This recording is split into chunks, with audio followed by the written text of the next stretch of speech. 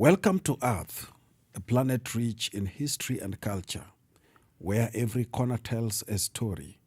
In the heart of Africa lies Kenya, a land of timeless heritage and historical wonders. Join us on this journey through Kenya's fascinating past, one site at a time.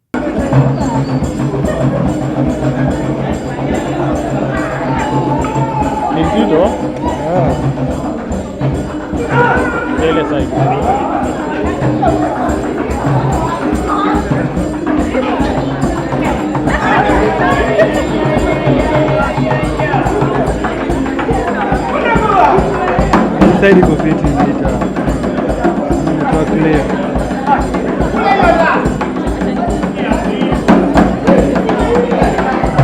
Back.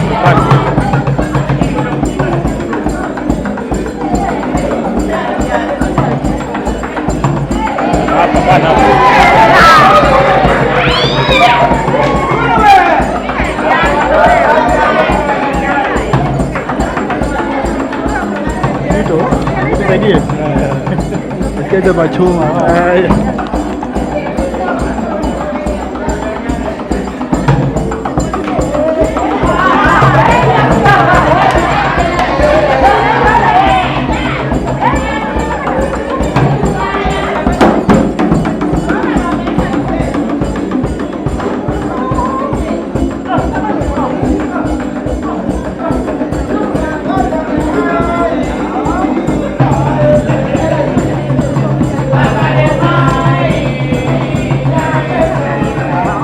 Hello, we are starting a project, a series where we are going to show you all the historical sites in Kenya and explain the history behind them.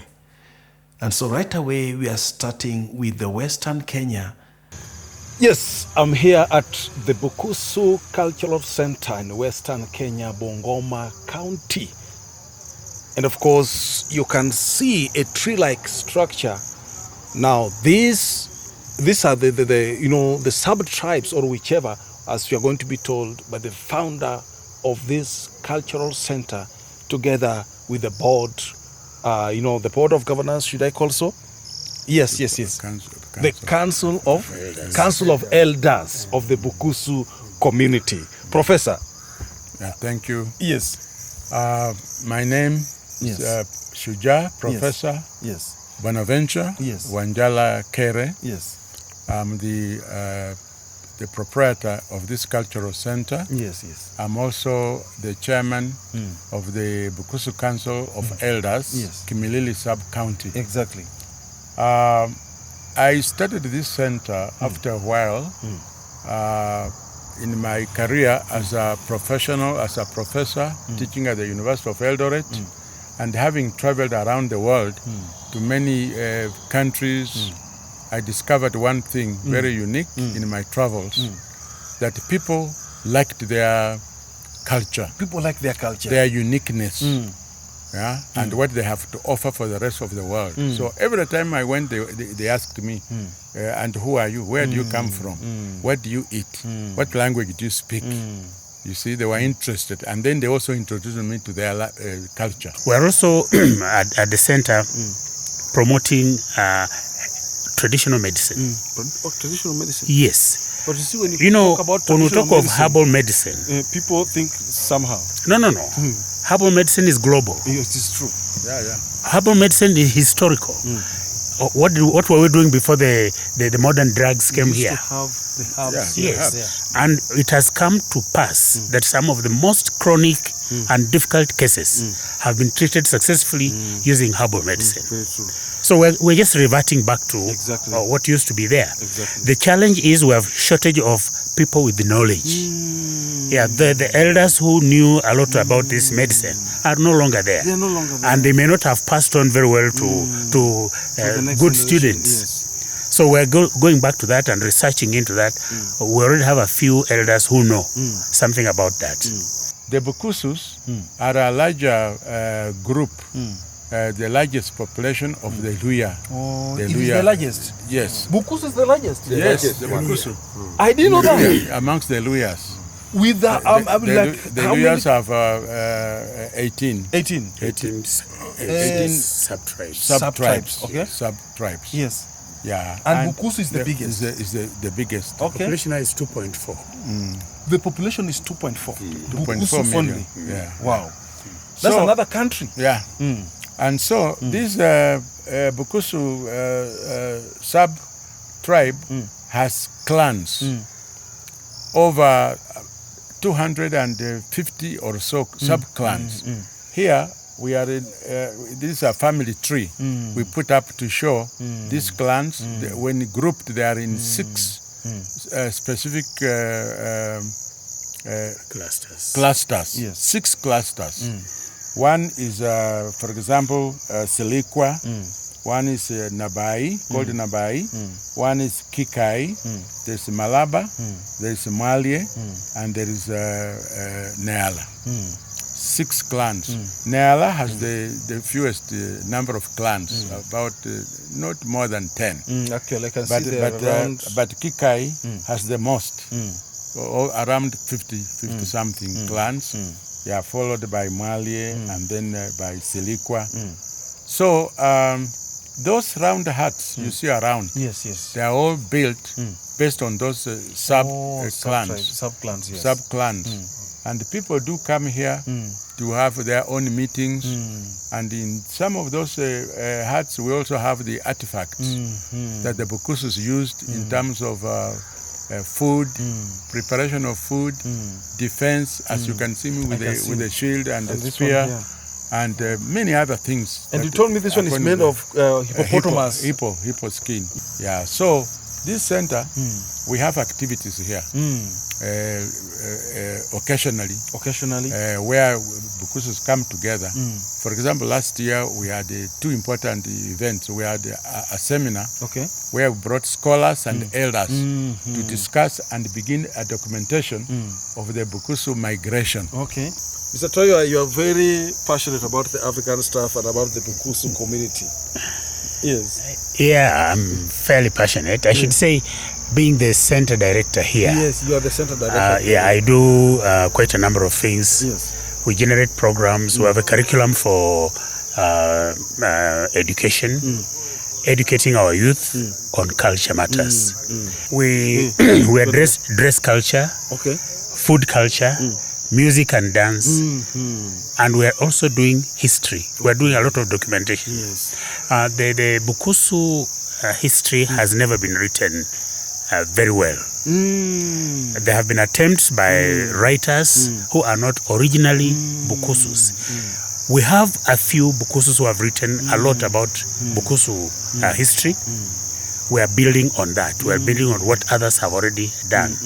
But most of the research we are doing is about the origin, migration up to the present day. Up to the present day of the Bukusu community. And the relationship between the Bukusus and their kin.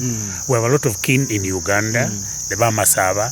We are trying to see how the Bukusu and the Masaba relate to one another. Yes. Then, of course, we look at the dynamics of culture.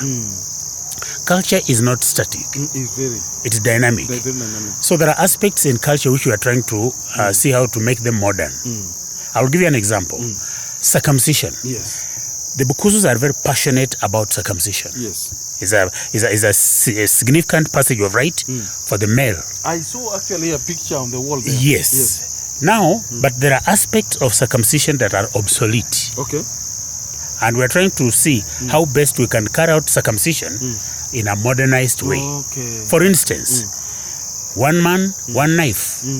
One man, one knife. Yeah, one man, one knife. Yes. It is healthy to use one man, one knife rather than one knife. Yes. Many people. Because of the occurrence of incidents of transmission of contact diseases.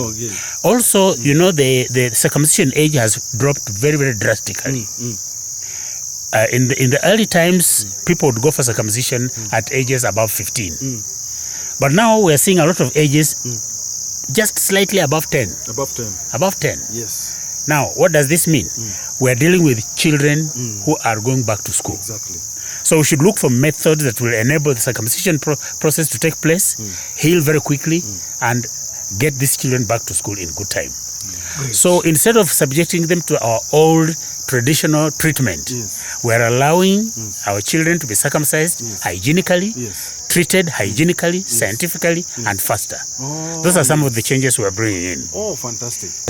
Mi jina yangu ni Moses Mumbwani, brigadier. Brigadier mwenyewe. Mwenyewe nilisaliwa kwa shamba ya mzungu anaitwa brigadier. Yes. Na kwa hivyo nikaenea na hiyo neno na hiyo jina, lakini mimi mwenyewe nafurahia sana kwa maneno ya Cultural Center hii vile profesa alileta hapa. Kwa sababu mimi niko mmoja wa ambaye anafundisha wanafunzi wakija hapa na wafunza vile maneno iko vile naweza kukua kwa kimila na kwa kitamaduni watu wafate culture yawe. This is a shield made of hippopotamus skin, very heavy. This is not meant for weak people. This is meant for those who are heavyweight, like me and above. Look at this spear at the Bukusu Cultural Center. Of course, this is the place of history, the center of history. In 1894, there was a confrontation, a battle between the Bukusus and the British in Bungoma at a place called Lumboka. The Bukusus had their Nigerians, the warriors, dressed the way I am, with a shield and a spear. This shield is made out of hippo skin. This shield fought in that struggle. That's 100 years ago, 1894. And this hippo skin is dry, and it is heavy. It required strong people, you know, the warriors. A spear cannot go through it. A spear can't go through it. A bullet from a pistol or whatever can't go through this skin. That's how the Bukusus killed over 700 soldiers at Lumboka. Thereafter, they migrated because the British went to refuel and they knew that they were dangerous. So they moved from Lumboka, they went to Webuye in another fort called Chetambe. And that's where now the British came with a cannon. The cannon erected it outside the fort and then blew up the wall and massacred many Bukusus and captured them now to be carrying bags for them as they explored going around Mount Elgon to the other places. So you can imagine in 1895. And then they had more other forts in Bungoma. From that time up to 1945, when Elijah Wanameme, the prophet, refused and organized Bukusus to resist being slaves or going to work for Wazungus in the settlement schemes. So the struggle, and that was 1945, you can imagine, he was arrested because of rebelling against the British Empire.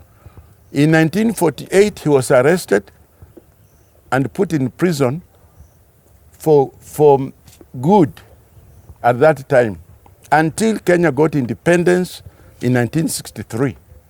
That's after when he was released. 14 years in prison. So the Bukusus were on the front line. That's why we call him Shujaa number 1, Elijah Wanameme. He was honored eventually, you can imagine this year, posthumously.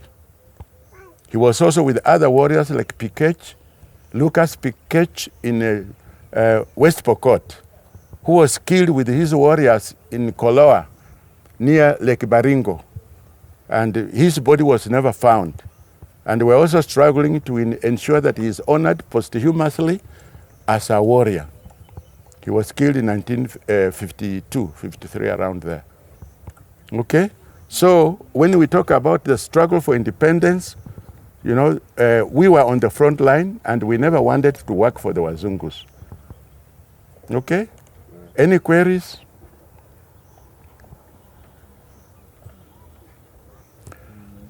Yes. Yes, at the back.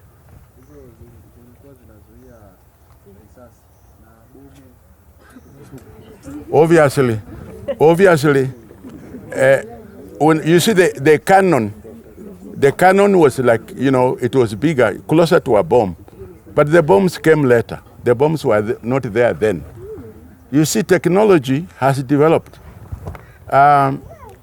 Culture is not static, it is also dynamic.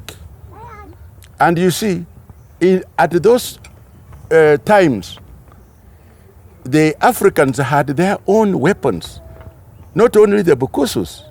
They used to smelt iron out of, out of rocks to make for example, these tools for security. If we had not been colonized and decided our culture, who knows? Today we would have even probably better weapons than them. But with them, they continued. Again, they took lots of our exhibits.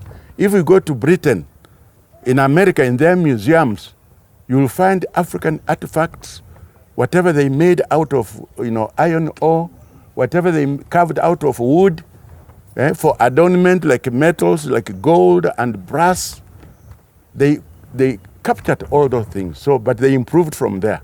So I'm hoping that our youth like you now should also be thinking about improvements in technology. Because technology, you can imagine the Asians, the Chinese, the Japanese came on later on. You don't have to reinvent the wheel. You can use what others have invented and improve on it. Or have you seen a Japanese car with oblong wheels or square wheels? No. The Chinese one? No, they copied from the West. Now they make the best vehicles better than the West. The Chinese are also going to the moon. They have spacecrafts. So technology can be improved by anyone. By you guys, when if you are serious to do your research, etc. So that's why we are saying that we must respect our culture, and we can also catch up and even do better, especially in technology. I'm a professor of technology education.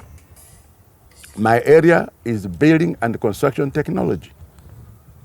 And you can imagine if you go to those areas, people live up in skyscrapers, and you would wonder what will happen. But because they are engineered, structured properly, even if there was an earthquake, quite a few buildings will still remain. So you must think for yourselves, not to be subjugated again psychologically, mentally by the West. You are wonderfully created. You can be innovative, and you can have innovations and inventions in whatever discipline, whatever we wish to do. Before the white men came, the Africans knew God. The Bukusus called him Wele. Wele, Papa, Hakaba. Hakaba, the provider. Havumbi, the one who created us. So it was not brought to us by Westerners. Okay? Any more questions? Otherwise, yes? Yes? The shield, ngao. Engabo, yes. Kuna mti. Now, look, this is improvised a little bit. The new stick that we have put in but look at the original, okay? You see the original. The original was this one. And look at the way it was tied with from the same skin, animal skin. It was a long one, okay? Up to down here, look at the way it was tied. This one has shrunk tremendously. Yeah. Otherwise, they are big. If you see the original pictures, they are big. You need a strong person. Can you just hold it and see how it weighs? Feel the weight. Look at that. Here. You see that? Yeah. utaanguka nayo. So you see, we needed warriors. Those warriors were really, you know, I'm sure you have seen some of them in the buildings. Yeah, okay. Western Kenya, come and learn at the Bukusu Cultural Center. We've been at the Bukusu land, Bungoma County, going to different places. We were at the very scary cave, and we went to a number of places, to learn about the Bukusu culture, the heroes in the Bukusu land. And one thing that stands out is that the Bukusu community were the first to resist the white. Resist! And they succeeded. Stay tuned, subscribe, and let's explore our country and our culture. Thank you.